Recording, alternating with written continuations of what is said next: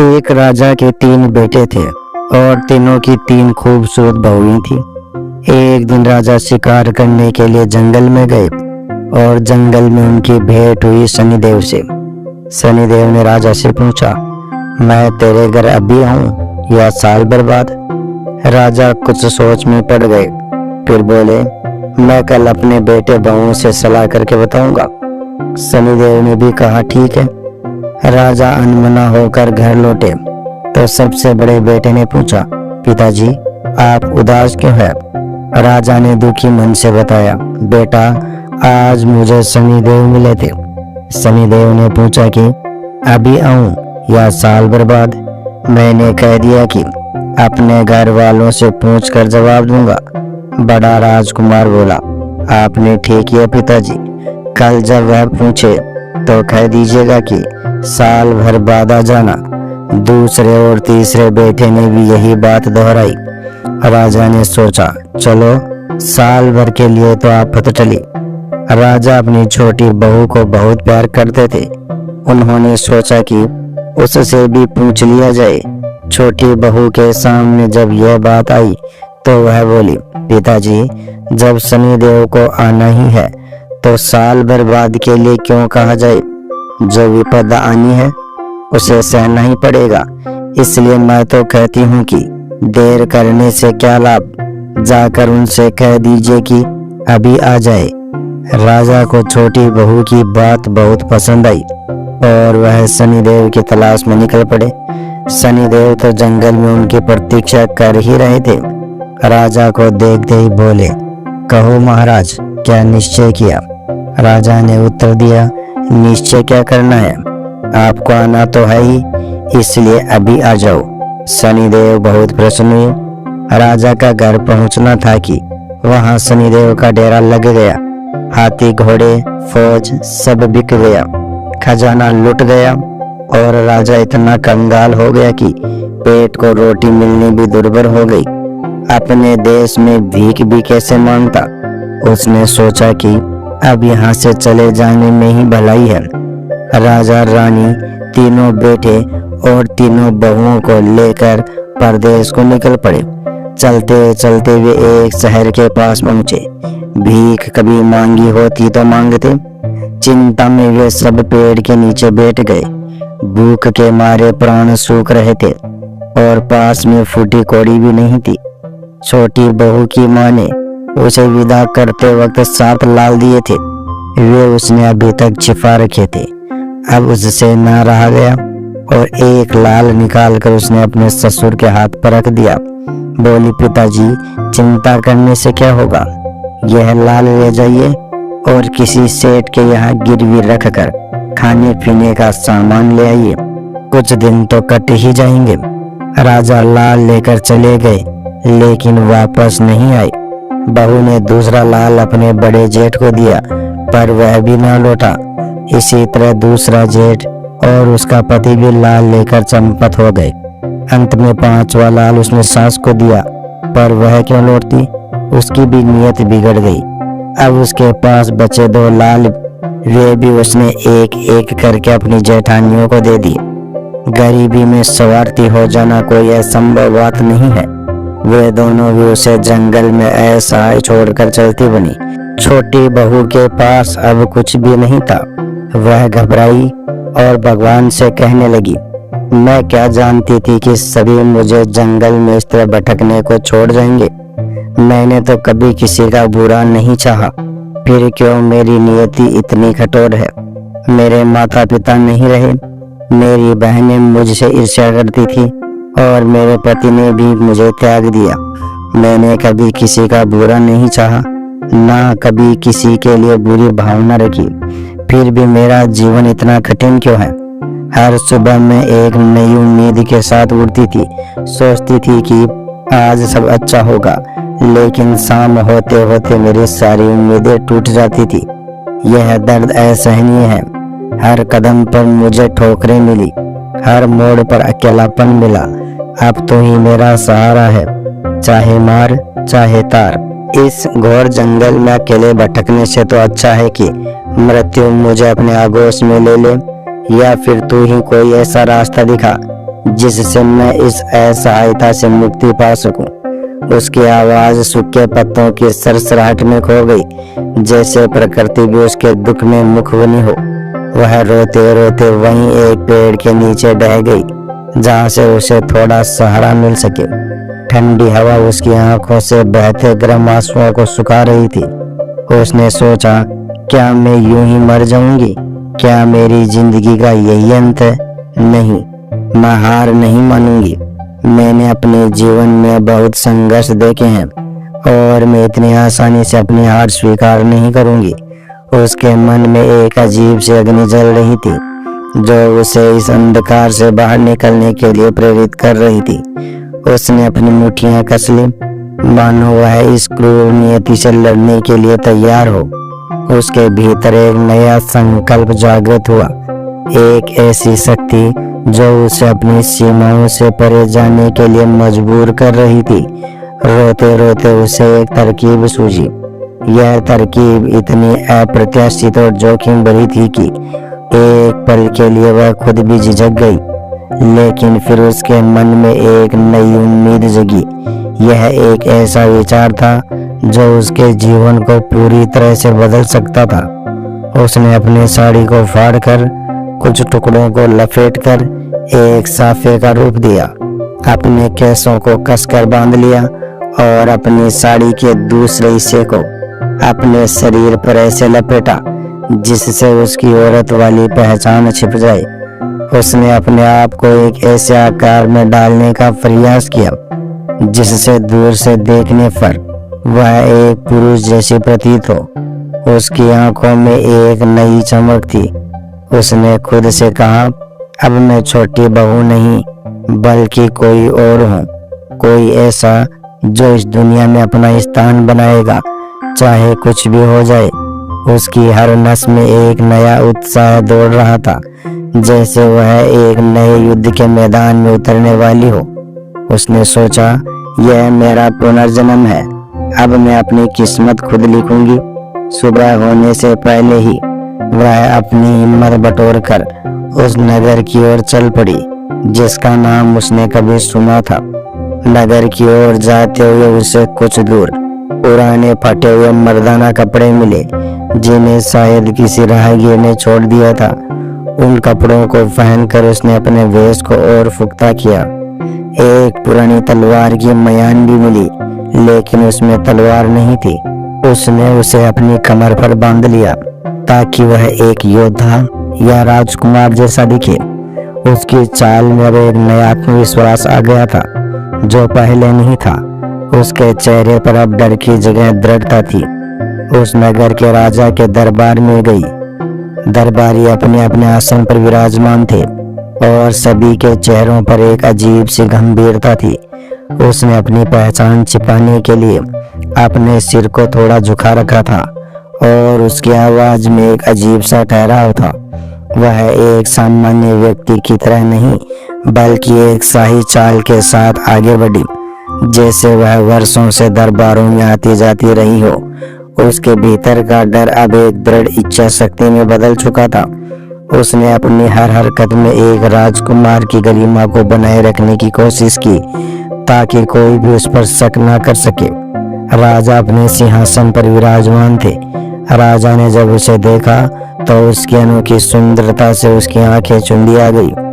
हालांकि उसने मर्दाना वेश बनाया हुआ था, लेकिन उसकी आंखों की गहराई, उसके चेहरे की मासूमियत और उसकी चाल में एक अजीब सी शालीनता थी जो किसी साधारण व्यक्ति में नहीं दिखती थी। राजा ने सोचा, कोई राजकुमार मुसीबत का मारा है। इसके चेहरे पर एक अजीब सी शांति है जो किसी गहरे दुख या संघर्ष के बाद ही आती है। उन्होंने अपने दरबारियों से पूछा, यह नवयुवक कौन है? इसे मेरे सामने आने दो। राजा को लगा कि यह नवयुवक कोई साधारण भिक्षुक या सैनिक नहीं है, बल्कि कोई कुलीन व्यक्ति है जो किसी विशेष उद्देश्य से आया है। उसकी चाल में एक शाही अंदाज था।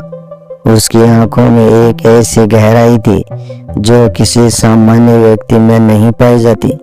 राजा को लगा कि यह कोई महत्वपूर्ण व्यक्ति है। जिसकी मदद से उसके राज्य का भला हो सकता है। उनके मन में एक अजीब सी उत्सुकता जाग उठी। राजकुमार ने उत्तर दिया, महाराज, मैं एक परदेसी हूँ और नौकरी की तलाश में आपके दरबार में आया हूँ। उसकी आवाज में एक अजीब सी मधुरता थी जो मर्दाना भेष के बावजूद राजा को प्रभावित कर गई। राजा ने उसकी आवाज में एक उदासी भी महसूस की जो उसके राजकुमार होने के विचार को और पुख्ता कर रही थी। उसने अपनी बात इस तरह से रखी जिससे राजा को उस पर विश्वास हो जाए। उसके शब्दों में ईमानदारी और विनम्रता थी जिसने राजा के मन में अपने प्रति सद्भावना जगा दी। उसने अपने शब्दों को बहुत सावधानी से चुना ताकि उसकी असली पहचान उजागर ना हो। राजा ने पूछा, पर काम क्या करोगे?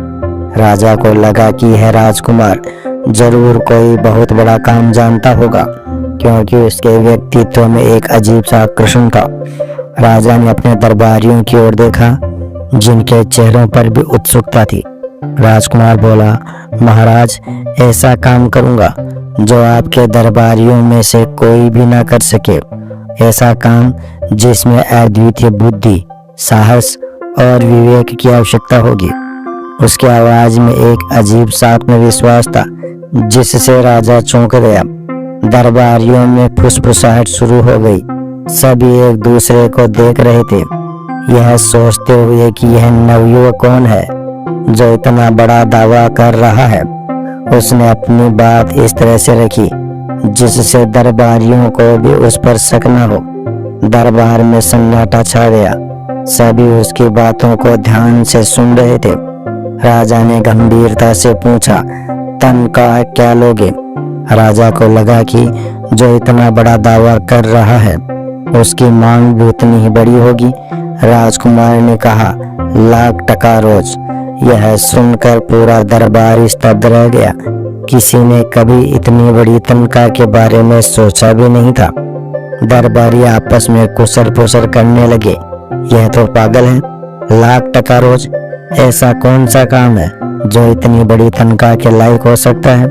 उनकी आंखों में अविश्वास का भाव था। वे एक दूसरे को देख रहे थे, मानो पूछ रहे हो कि यह सब क्या हो रहा है। राजा ने अपने चेहरे पर कोई भाव नहीं आने दिया, लेकिन उनके मन में एक विचार चल रहा था। उन्हें लगा कि यह एक जुआ है, लेकिन इस जुए में जीतने की संभावना अधिक है। राजा ने कुछ देर सोचा, यदि यह युवक वास्तव में उतना बुद्धिमान और सक्षम है जितना वह दावा कर रहा है, तो यह निवेश राज्य के लिए बहुत फायदेमंद साबित हो सकता है। यह एक ऐसी रणनीति थी जिसमें राजा को लगा कि वह जीत ही जाएगा, चाहे कुछ भी हो। राजा ने मंजूरी दे दी क्योंकि उन्हें इस राजकुमार पर एक अजीब सा विश्वास हो गया था। उन्होंने अपनी आंतरिक आवाज सुनी जो उन्हें कह रही थी कि यह युवक साधारण नहीं है। राजा ने उस दिन से उसका नाम लकटकिया रख दिया। यह नाम पूरे राज्य में फैल गया और लोग उसके बारे में तरह तरह की बातें करने लगे। लकटकिया मन ही मन बहुत खुश था क्योंकि वह सोचता था कि ना कोई असंभव काम होगा और ना ही मेरी जरूरत पड़ेगी और मेरे $1,00,000 रोज सीधे हो जाएंगे। यह उसकी बुद्धिमत्ता का प्रमाण था कि उसने अपनी सुरक्षा और आर्थिक स्थिरता के लिए एक ऐसी शर्त रखी थी जिससे उसे बिना कोई जोखिम उठाए एक आरामदायक जीवन मिल सके। उसने सोचा, यह तो मेरी योजना का पहला चरण है। अब मुझे बस अपने भेष को बनाए रखना है और इस नए जीवन का आनंद लेना है। उसके चेहरे पर एक हल्की सी मुस्कान थी जो उसके भीतर की खुशी को दर्शा रही थी। वह जानता था कि उसने एक बड़ा दाव खेला है, लेकिन वह दाव अब उसके पक्ष में था। उसने अपने भाग्य को अपने हाथों में ले लिया था और वह इसका पूरा लाभ उठाना चाहता था। लकटकिया बोला, महाराज, मेरी एक शर्त और है। राजा ने हैरानी से उसकी ओर देखा। उन्हें लगा कि इतनी बड़ी तनख्वाह के बाद भी कोई और शर्त हो सकती है। राजा को लगा कि यह नवयुवक शायद किसी और छिपे हुए उद्देश्य से आया है। उनके मन में थोड़ी चिंता हुई, लेकिन उन्होंने अपने चेहरे पर कोई भाव नहीं आने दिया। राजा को लगा कि यह नवयुवक कुछ ऐसा कहने वाला है जो उनके दरबार में कभी नहीं सुना गया होगा। उन्होंने अपने दरबारियों की ओर देखा जो उतनी ही उत्सुकता से लकटकिया की ओर देख रहे थे। लकटकिया ने कहा, मैं आपके दरबार में रोज हाजिरी बजाने नहीं आऊंगा। जब आपका काम पड़ेगा तभी आपकी सेवा में हाजिर हो जाया करूंगा। मुझे अपनी स्वतंत्रता पसंद है और मैं अपनी शर्तों पर काम करना चाहता हूँ। मैं नहीं चाहता कि मेरा समय व्यर्थ जाए और मैं अपनी ऊर्जा को केवल महत्वपूर्ण कार्यों में लगाना चाहता हूँ। मेरी उपस्थिति केवल तभी होगी जब वास्तव में मेरी आवश्यकता हो और मेरा योगदान अद्वितीय हो। मेरा मानना है कि मैं अपनी सर्वश्रेष्ठ क्षमता तभी दे सकता हूँ जब मुझे अनावश्यक बंधनों से मुक्त रखा जाए। राजा ने कुछ पल सोचा। यह शर्त गजीब थी, लेकिन उन्हें लकटकिया की बातों में एक सच्चाई महसूस हुई। उन्होंने सोचा, यह सचमुच कोई अनोखा व्यक्ति है। अगर यह इतना बड़ा दावा कर रहा है तो इसे अपनी शर्तों पर ही काम करने देना चाहिए। उन्होंने देखा कि लकटकिया के चेहरे पर एक अजीब सी गंभीरता है और वह अपनी बात पर अटल है। राजा को लगा कि यह युवक अपने सिद्धांतों पर खरा उतरने वाला है। उन्होंने अपने मन में यह विचार किया कि यदि यह युवक इतना मूल्यवान है तो उसकी शर्तों को मानना ही बुद्धिमानी होगी। राजा ने कहा, मंजूर। बस अब क्या था, लकटकिया एक महल में रहने लगा। महल इतना भव्य था कि उसने अपने जीवन में कभी ऐसा नहीं देखा था।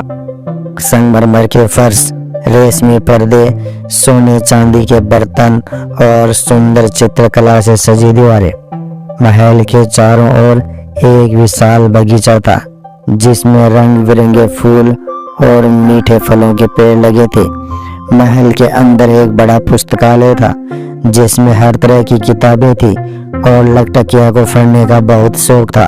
उसके चारों ओर दास दासियों का जमघट लग गया, पर अंदर जाने की किसी को इजाजत नहीं थी। उसने अपनी गोपनीयता को बनाए रखने के लिए यह नियम बनाया था, दास दासियां केवल बाहर से उसकी सेवा कर सकते थे और अंदर जाने की अनुमति किसी को नहीं थी।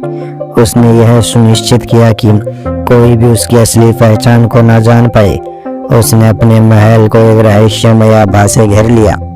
बाहर से लोगों को लगता था कि लकटकिया अपने महल में कुछ गुप्त और महत्वपूर्ण काम कर रहा है जिसके लिए उसे इतनी गोपनीयता की आवश्यकता है। महल के अंदर छोटी बहू स्थिर रूप में रहती और बाहर वह एक सख्त और गंभीर राजकुमार का वेश बना लेती थी। उसने अपने कमरे को ऐसे व्यवस्थित किया था कि कोई भी उसके असली रूप को ना देख पाए। उसके पास हर तरह की सुविधा थी जो एक राजकुमार को मिल सकती थी। वह अपने नए जीवन के हर पल का आनंद ले रही थी जैसे उसने कभी ऐसा जीवन जिया ही ना हो। बड़े बड़े राजा उसके सामने मात खाने लगे। जब भी कोई पड़ोसी राज्य हमला करने की सोचता या कोई बड़ी समस्या दरबार में आती, राजा सबसे पहले लकटकिया को याद करते, लेकिन लकटकिया कभी भी तुरंत हाजिर नहीं होता था। वह राजा को इंतजार कर रहा था जिससे उसकी अहमियत और बढ़ जाती। जब वह आता तो उसकी बुद्धि और विवेक से समस्या का समाधान हो जाता। उसकी सलाह इतनी सटीक और उसके निर्णय इतने प्रभावी होते थे कि हर कोई उसे एक चमत्कारिक व्यक्ति समझने लगा था। उसकी रणनीति इतनी सफल होती थी कि विरोधी राजा उसके नाम से भी डरने लगे थे। उसकी ख्याति दूर दूर तक फैल गई और लोग उसे एक देवता के समान पूजने लगे। एक दिन की बात है, आधी रात को छत पर किसी स्त्री का भयानक चित्कार सुनाई दिया। आवाज बढ़ती ही गई पर कोई भी छत पर जाने की हिम्मत ना कर सका।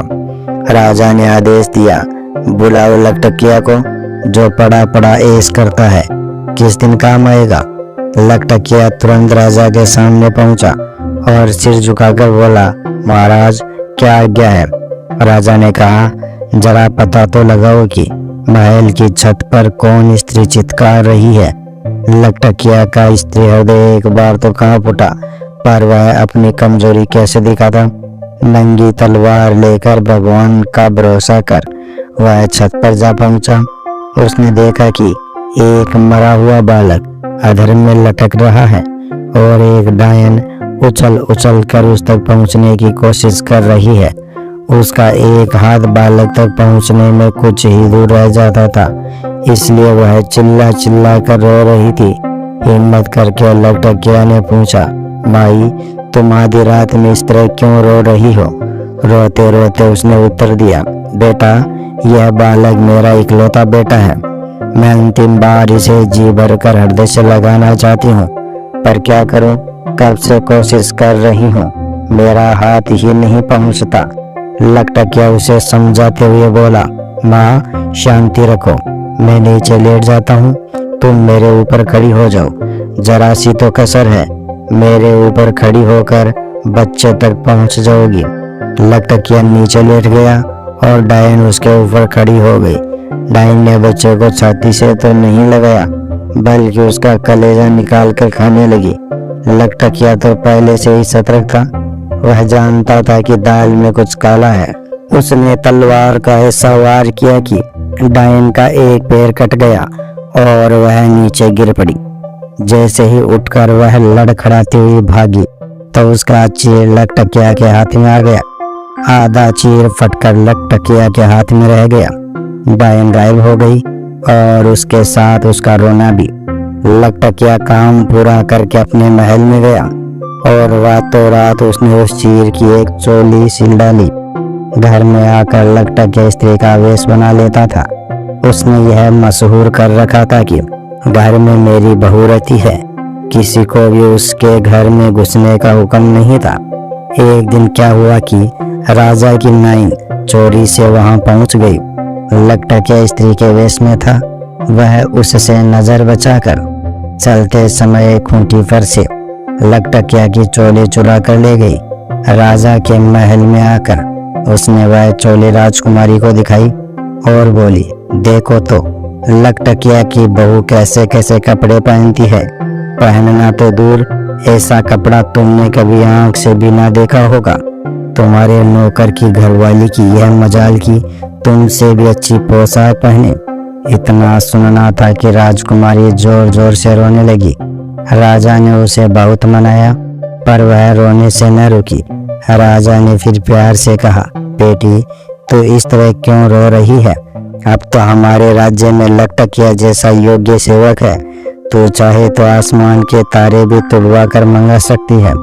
राजकुमारी ने चोली निकाल कर राजा के सामने रख दी और बोली, लकटकिया की बहू कैसे अनमोल और अनोखे कपड़े पहनती है।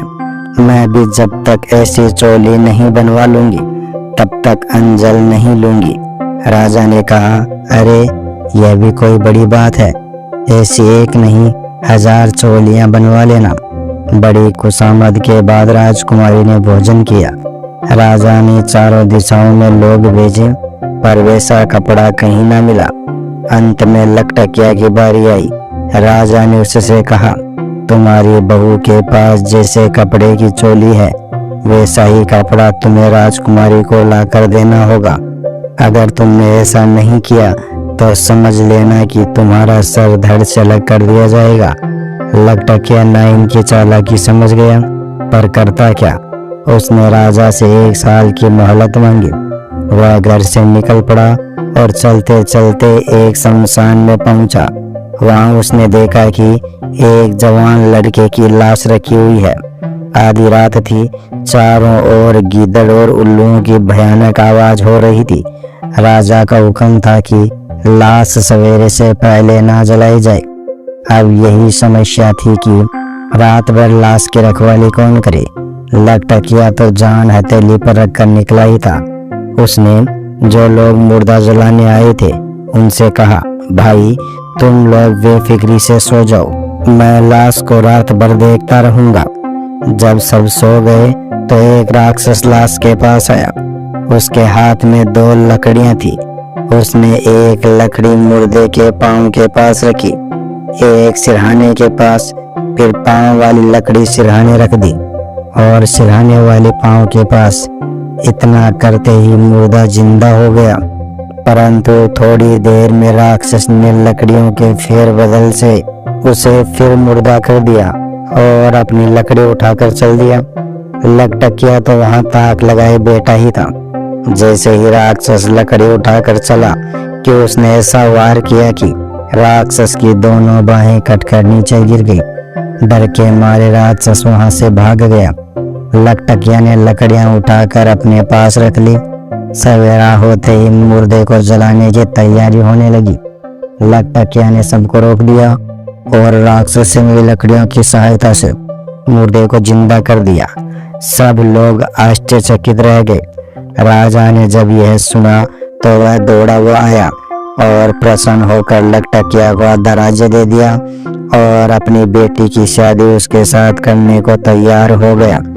लकटकिया ने कहा, राजन, मैं एक बड़े काम को पूरा करने के लिए घर से निकला हूँ। काम पूरा करके लौटूंगा तो अवश्य आपकी आज्ञा का पालन करूंगा। राजा का आशीर्वाद लेकर लकटकिया आगे बढ़ा। वह चलते चलते एक घने जंगल में पहुंचा। थक कर चूर हो गया था। सामने उसे एक मकान दिखाई दिया। सोचा वहीं जाकर आराम करूंगा। वह मकान भी निराला था, ना खिड़कियां थी ना दरवाजे। लकटकिया निराश होकर इधर उधर चक्कर काटने लगा, पर कहीं से उसे घर में घुसने की जगह ना मिली। शाम को छत पर से एक लड़की झांक रही थी। लकटकिया को देखकर बोली, ए आदमी के बच्चे, तू यहाँ से भाग जा। मेरे माता पिता आ गए तो तुझे जिंदा खा जाएंगे।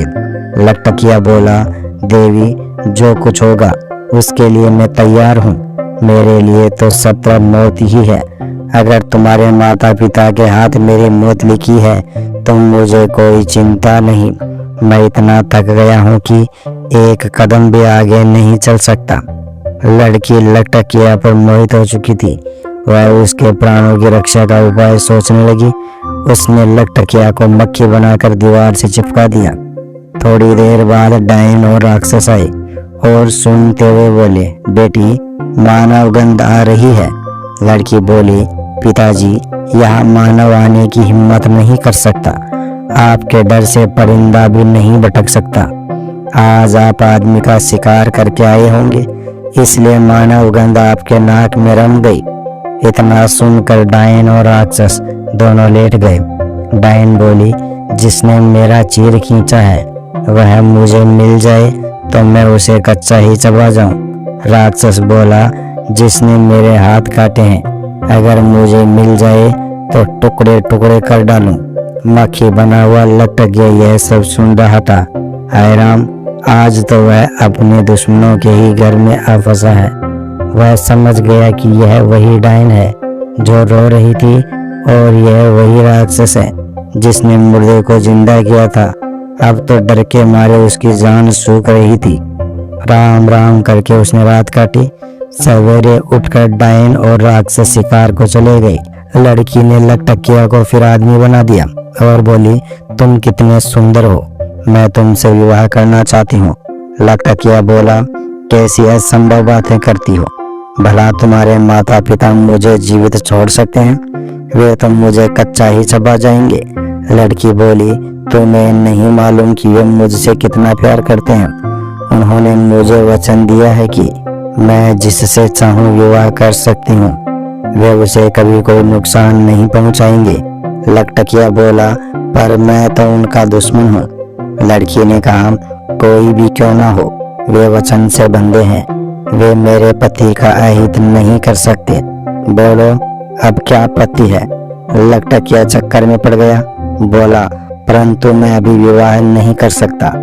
मैं कठिन काम पूरा करने घर से निकला हूँ। उसे पूरा करने के बाद ही विवाह कर सकूंगा। लड़की बोली, वह क्या काम है? लकटकिया ने कहा, मुझे तुम्हारी माँ का चीर चाहिए, क्या तुम दिलवा सकती हो? लड़की बोली, तुम तो बड़े ही बोले हो। जब मुझे ब्याह देंगे तो क्या तुम्हारी मनचाही चीज नहीं दे सकेंगे? देखो, मैं एक बात तुम्हें बताती हूँ। जब मेरे माता पिता मुझे तुम्हारे साथ विदा करेंगे तो वे तुमसे कहेंगे, जो चाहे सो मांग लो। तब तुम बांसुरी और उन खटोला मांग लेना। लकटकिया बात काटते हुए बोला, पर मुझे तो चीर चाहिए। मैं बांसुरी और उड़न खटोले का क्या करूँगा? लड़की ने कहा, अरे तुम तो बात समझने से पहले ले उड़े। वह बांसुरी मामूली बांसुरी नहीं है, वह जादू की है। अगर उस बांसुरी को फटे हुए कपड़ों पर भी घुमा दोगे तो जैसा चाहिए तुम पहले चाहते थे वैसा ही बन जाएगा। लकटकिया बड़ा प्रसन्न हुआ। डायन और राक्षस के लौटने पर लड़की ने फिर लकटकिया को मुखी बना दिया। डायन बोली, बेटी आज तू कुछ उदासी दिखाई दे रही है। लड़की ने कहा, नहीं तो ऐसा तो कुछ भी नहीं है, पर आप नाराज ना हो तो मैं एक बात कहूँ। डायन बड़े प्यार से बोली, बेधड़क होकर कहें, तेरे लिए तो मैं असंभव को भी संभव कर सकती हूँ। राक्षस बोला, हाँ बेटी, डर किस बात का है, तुमसे प्यारा हमारे लिए है ही कौन। आश्वासन पाकर लड़की ने कहा, माँ आपको अपने वचन की बात याद है ना। डायन ने कहा, तो जिससे चाहेगी विवाह कर सकेगी और हम लोग उसे कोई कष्ट ना पहुंचाएंगे। लड़की ने कहा, हाँ मैं ऐसा करूं तो आप उसे मारेंगे तो नहीं। डायन और राक्षस ने एक स्वर में कहा, कभी नहीं। वचन भरवाने के बाद लड़की ने लकटकिया को मक्खी से आदमी बना दिया और बोली, यही मेरे होने वाले पति है। डायन और राक्षस अपने शत्रु को देखकर दांत पीसने लगे, पर क्या कर सकते थे, अपनी बेटी को वचन जो दे चुके थे उन्हें विवाह करने के लिए राजी होना पड़ा। विदा करते समय डायन लकटकिया से बोली, बेटा आज से तुम मेरे दामाद हो, जो चाहो मांग लो। लकटकिया ने कहा, माँ मुझे आपकी बांसुरी चाहिए। डायन ने बांसुरी दे दी। राक्षस बोला, बेटा मुझसे भी जो जी चाहे मांग लो। लकटकिया ने उससे उड़न खटोला मांग लिया और लड़की को उड़न खटोले में बिठाकर उसी राजा के नगर में आया जिसका बेटा जिंदा किया था। वहां से भी राजकुमारी को साथ लिया और उसी नगर में जा पहुंचा जहां नौकरी करता था। सारे नगर में लकटकिया के लौटने का शोर मच गया। लकटकिया ने राजा को संदेश भेजा कि शहर भर के फटे पुराने कपड़े बाहर मैदान में जमा करवा दे और राजा साहब सबको लेकर वहां तमाशा देखने आ जाए। राजा के हुक्म की देर थी कि देखते ही देखते चितड़ों का ढेर लग गया। लोग वहां तमाशा देखने को उमड़ पड़े। लकटकिया ने जैसे ही चितड़ों के ऊपर बांसुरी घुमाई की थान के थान उसी तरह के चीर के बनते चले गए। लकटकिया ने एक थान राजा को भेंट किया और बाकी सब लोगों में बांट दी। लोग लकटकिया की प्रशंसा करने लगे और राजकुमारी तो खुशी के मारे शुद्ध बुद्धि को बेटी। राजा ने प्रसन्न होकर राजकुमारी का विवाह लकटकिया के साथ पक्का कर दिया। लकटकिया ने कहा, महाराज मैं राजकुमारी के लिए एक बहुत सुंदर महल बनवाना चाहता हूँ। महल बन जाने के बाद ही मैं शादी करूँगा। राजा मान गया और महल बनाने के लिए उसने दूर दूर से मजदूर बुलवाए। लकटकिया ने देखा कि उनमें उसके सास ससुर, जेठ जेठानी और पति भी मौजूद हैं। उसे बड़ा दुख हुआ। लकटकिया को किसी ने भी नहीं पहचाना। लकटकिया ने हुक्म दिया कि आज शाम को इन 7 मजदूरों को छुट्टी के बाद रोक लिया जाए। वे घबराए कि अब और क्या मुसीबत आने वाली है। ईंट और गारा ढोते ढोते तो सारी कमर टूट गई है। अब शनिदेव और न जाने क्या असर दिखाएंगे। लकटकिया ने देखा कि ससुर, जेठ और उसके पति की दाढ़ी और बाल बढ़े हुए हैं, चेहरे पर झुर्रियां पड़ गई हैं, मजदूरी करते करते हाथों में छाले फट गए हैं, पैरों में बुरी तरह बवाई फट रही है। उसकी आंखों में आंसू आ गए। उसने उनकी हजामत बनवाई और अच्छे अच्छे कपड़े पहनने को दिए और उनसे बिना काम लिए मजदूरी देने का आदेश दे दिया। बाद में उसने अपनी सास को हुक्म दिया कि तुम अंदर जाकर मेरी बहू की सेवा करो। महल के अंदर तो वह स्त्री वेश में रहता ही था। उसने एक दिन अपनी सास से कहा कि मेरी जरा पीठ सहला दो।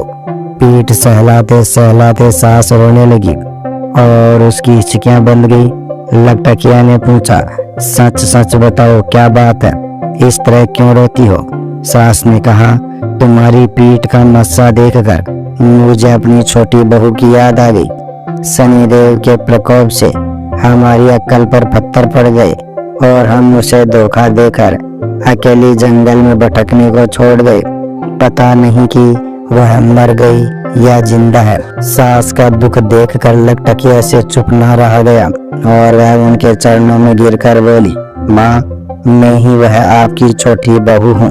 सास ने बहू को छाती से लगा लिया। इसके बाद उसने ससुर, जेठ जेठानियों और अपने पति को भी बुलावा भेजा। वे अपने किए पर बड़े लज्जित थे। अपने पति को लेकर वह राजा के पास पहुंची और बोली, महाराज, यह आपके दामाद है। मैं तो आपकी पुत्री हूँ। उसने आदि से लेकर अंत तक सारा किस्सा राजा को कह सुनाया। राजा ने राजकुमार के साथ अपनी बेटी का ब्याह कर दिया और आधा राज्य दे दिया। जिन दो बहुओं को लकटकिया अपनी बहू बनाकर लाया था, वे भी छोटे राजकुमार की रानियां बनी। छोटा राजकुमार अपनी चारों रानियों और अपने परिवार को लेकर अपने राज्य में लौट आया। इसी समय 1 वर्ष पूरा हो गया और शनिदेव चले गए। राजा सोकर उठे तो सब ठाट पहले जैसे हो गए और सब लोग सुखपूर्वक रहने लगे।